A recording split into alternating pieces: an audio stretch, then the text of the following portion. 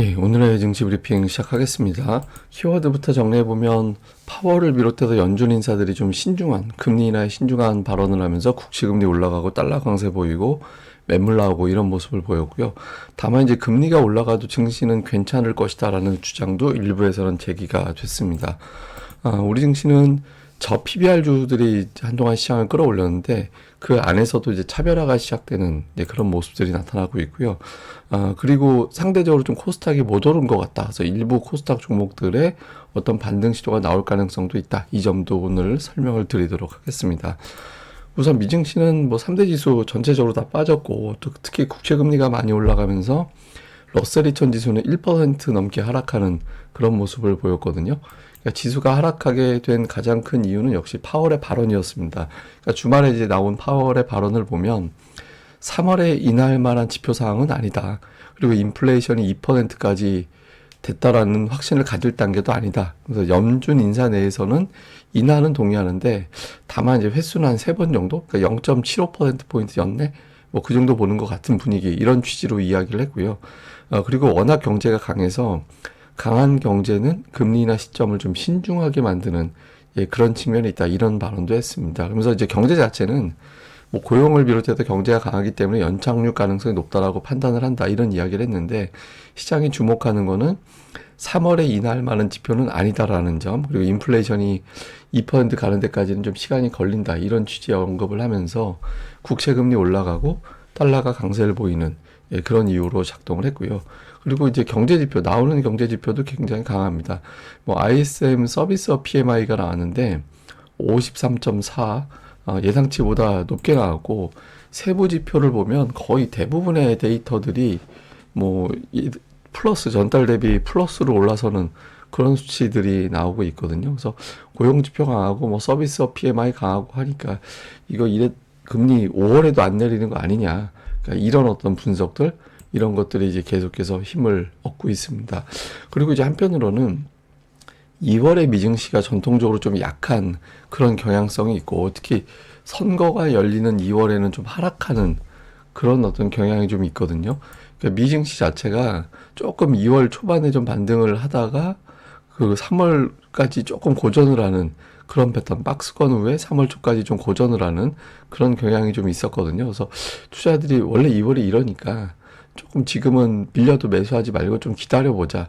그러니까 이런 정서가 가동된 것도 여러 가지 악재 대비, 어떤 악재라기보다 기존에 했던 말 또 하는 건데, 그러니까 재료 대비 투자자들이 조금 더 민감하게 되는 그런 이유로 작동을 했던 것 같습니다. 그리고 이제 투자들이 일본은 S&P 500 지수가 약간 밀린다. 그러니까 숏이라고 우리가 보통 표현하잖아요. 그러니까 하락 쪽 배팅이 조금 더 강해진 것 같다라는 뭐 데이터들도 좀 있거든요. 그래서 이래저래 투자들이 좀 어수선해져서 좀 지켜보자, 이런 분위기들이 좀 만들어진 것 같습니다. 반면에 이제 일부 뉴스에서는 금리 인하가 없어도 증시가 강한 거다. 오늘 뭐 국채금리 뛴 거나 달러 인덱스 올라간 거에 비하면 미증시가 상당히 좀 선방한 측면도 있거든요. 그러니까 지표가 강해서 금리 인하는 늦춰진다. 그런데 지표가 좋다라는 건 기업들의 실적이 좋아진다라는 것을 의미하는 거고, 실제로 기업들의 실적 전망치는 여전히 높게 나오고 있거든요. 그래서 지금은 너무 금리에 집착하지 말고 기업들의 실적 자체를 봐야 된다. 그래서 올해뿐만 아니라 작년도 같은 경우는 EPS가 좀 역상적, 주당 순이익이 정체였잖아요. 근데 올해는 작년보다 좋아질 거고, 올해보다 또 내년도는 더 좋아질 거기 때문에 뭐 너무 금리에 집중할 필요는 없다. 그러니까 뭐 지표 좋으면 기업들이 장사 잘했다라는 거지, 뭐 이런 어떤 시각도 일부 있고, 이런 것들이 실제로 이제 증시 하락을 또 제한하는 그런 요인으로 작동을 했습니다. 특징적으로는 테슬라가 3.7% 빠졌는데 장중에는 더 빠졌었습니다. 그러니까 장중에 175달러까지 빠졌다가 종가가 이제 181달러로 넘어왔는데, 독일 업체에서 이제 테슬라 전기차를 구매하지 않겠다, 그러니까 이런 어떤 코멘트를 했는데, 이후로는 가격이 너무 자주 바뀌고, 그리고 약속했던 날짜에 제대로 갖다 주지 않는다, 이런 이유로 뭐 그런 보도가 좀 있었고요. 그리고 이제 파이퍼 샌들러에서 목표 주가를 295달러에서 225달러로, 물론 이제 지금 주가보다 높긴 하지만 목표 주가를 굉장히 많이 떨어뜨렸잖아요.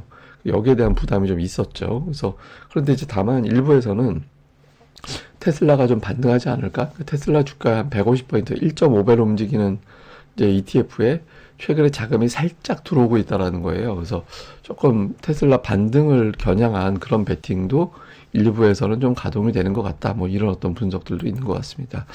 그리고 엔비디아가 오늘 거의 700달러 나왔습니다. 지금 종가가 693달러인데 700달러 언저리까지 다 왔거든요. 그 테슬라가 이렇게 강하게 올라갔던 거는 골드만삭스에서 목표 주가를 625달러에서 800달러로 상향을 했습니다. 수요가 계속 늘어나서 예상했던 것보다 실적이 더 잘 나올 것 같다. 그러니까 이런 주장을 했고요. 그리고 실제로 구글 검색량을 보면 비트코인은 줄어들고 있는데 AI나 챗 GPT라든가 뭐 이런 것들, 그런 것들에 대한 검색량은 계속 올라가고 있거든요. 그래서 그 엔비디아가 사업하기 환경이 좀 좋은 것 같다. 그러니까 이런 주장들도 엔비디아 주가가 이제 강세를 보이는데 역할을 했다. 이렇게 보면 될 것 같습니다. 자, 우리 시장에서는 사실 미국 국채 금리가 올라가면 좀 버겁게 움직일 수도 있게 되거든요. 그러니까 어제 같은 경우 미국 국채 금리가 주말에 워낙 강하게 올라갔다라는 보도가 나오면서 이제 저PBR주 중에 일부도 좀 하락하는, 물론 이제 PBR 밴드상 매도 물량이 나올 수밖에 없는 그런 상황이기도 했는데 어쨌든 금리 올라가는 것 자체는 우리 시장에는 부담이 되잖아요. 그래서 미국의 국채 금리 추이랑 코스피 지수랑 이렇게 보면 약간 데칼코마니 같이 조금 엇갈리는, 서로 대칭되는 그런 어떤 모습들이 나오고 있거든요. 그래서 오늘 국채 금리가 추가적으로 올라갔기 때문에 여기에 대해서 어제 뭐 미리 좀 빠졌기 때문에 선반영 됐다 이런 시각도 있을 거고, 아니다 이런 주장도 있을 거거든요. 그러니까 다행스러운 건 달러가 초강세 보이는데 원달러 환율은 어제 종가보다는 조금 내려온 상태로 넘어오긴 했습니다. 근데 어쨌든 현재 금리에서 계속 머물게 되면 좀 아무래도 우리 증시는 좀 부담이 됩니다. 그래서 일단 금리라는 부담을 깔고 가는 그런 날이 돼버렸고, 그리고 이제 종목 장세도 조금 달라졌습니다. 어제 같은 경우 이제 서비스업 지수, 그러니까 네이버가 워낙 많이 빠지다 보니까 서비스업 지수가 제일 많이 빠졌고, 그다음에 운수창고가 많이 빠졌는데 세 번째로 많이 빠진 업종이 금융업종이었거든요. 금융증권 이런 것들이 되게 많이 빠졌는데 이 가격 부담이 있다라는 거예요. 여기에 대해서 제가 어제도 이제 보여드린서 설명해드린 걸 생각을 해보시면 일부 금융주들의 이제 밴드, 그러니까 PER 밴드가 있고 PBR 밴드가 있고 한데, 어쨌든 PER 밴드로는 이제 주가가 과거에 상단으로 작동했던 그 지점에 도달을 해버렸고, PBR 밴드도 어느 정도는 그 위치까지 가고 있는 상태거든요. 그래서 가격 부담이 좀 있는 거죠. 그래서 이제부터는 이제 PBR, 저 PBR 종목 내에서도 차별화. 예, 뭐 일제히 다, 이것도 저 PBR이네? 그러면서 다 일제히 올렸다가, 그러니까 지금부터는 좀 차별화가 되네. 예를 들어서 배당을 많이 해주려면 회사에 현금이 있어야 배당을 해주잖아요. 그러니까 부동산으로 많이 있는 거랑 현금으로 많이 있는 거랑은 또 다르죠. 그러니까 부동산인 거는 괜히 땅 팔아서 배당해 줄 리는 없으니까. 그래서 좀 배당에 대한 기대치가 있는 기업들이라든가 밴드상 조금 부담이 덜한다든가 이런 식으로 차별화 장세가 진행될 가능성이 조금 더 높아 보인다. 이렇게 보면 될 것 같습니다. 자, 시장 정리해드리면 일단 저 PBR주들이 한 번 쉬었습니다. 근데 계속 쉬지는 않을 것 같고, 이 안에서도 차별적인 움직임이 나올 가능성이 높다. 이렇게 봐야 될 것 같고요.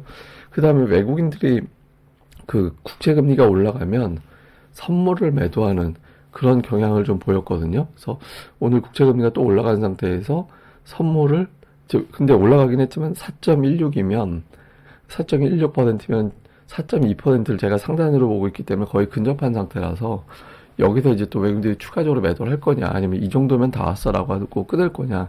그러니까 외국인들이 여기서 선물 매도 한다라는 건 4점이 돌파 가능성도 염두한다라는 게 되거든요. 그래서 이 대형주들 움직임에 영향을 줄 수 있으니까 주목을 해봐야 될 것 같고요. 그 다음에 또 하나는 삼성 재판이 어제 나왔죠. 이재용 회장이 무죄가 됐잖아요. 이렇게 되면 뭐 투자라든가 이런 것들하고 관련이 되면서 이제 코스닥에 있는 종목군들 일부가 또 반응할 수 있거든요. 실제로 반응이 나오는지, 그러니까 삼성의 어떤 투자 이슈가 만들어지는지 이걸 좀 볼 필요는 있는 것 같습니다. 그리고 어제는 뭐 게임주 일부, 석유화학주 이런 것들이 강했는데 연속성을 보이는지 이런 것들도 잘 봐야 될 것 같습니다.